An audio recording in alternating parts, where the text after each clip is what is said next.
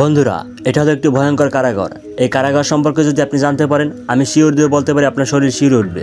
তো চলেন এই কারাগার সম্পর্কে ধারণা নেওয়া যাক। প্রাচীন চীনে এমন একটি জায়গা ছিল, এটা নারীদের জন্য জাহান্নাম, কিন্তু এটা একজন পুরুষের জন্য জান্নাত।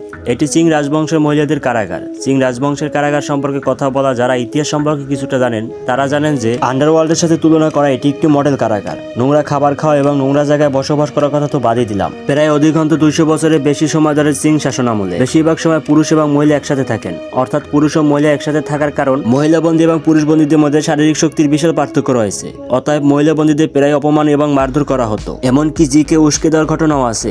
এমনকি কিছু মৃত্যুদণ্ড প্রাপ্তি কয়েদিদের জন্য, যাই হোক, ভোর হওয়ার আগে সবসময় চুরি। তারা মনে করতো তারা মরে গিয়ে সুখী ভূত হবে। এখানে অনেক মহিলা বন্দী আছে যারা সারা রাত ঘুমাতে পারে না। ঘুমিয়ে পড়লেও তারা কখন ঘুম থেকে উঠবে তাও সেও জানে না। এখানে প্রকাশ্যে অপমান করা হতো। এটা যুক্তিসঙ্গত যে এই ঘটনাটি প্রকাশিত। জেলে থাকা পুরুষ বন্দীরা কিভাবে ভালো মানুষ হতে পারে, কেন চিং সরকার এখনো পুরুষ ও মহিলাদের একসাথে আটকে রেখেছিল, এই সম্পর্কে আরো কিছু জানতে চাইলে তাহলে কমেন্ট বক্সে পার্ট 2 লিখে যাও। দেখা হবে পরবর্তী ভিডিওতে। ততক্ষণ সুস্থ থাকো, ভালো থাকো। তো সবাইকে আল্লাহ হাফেজ।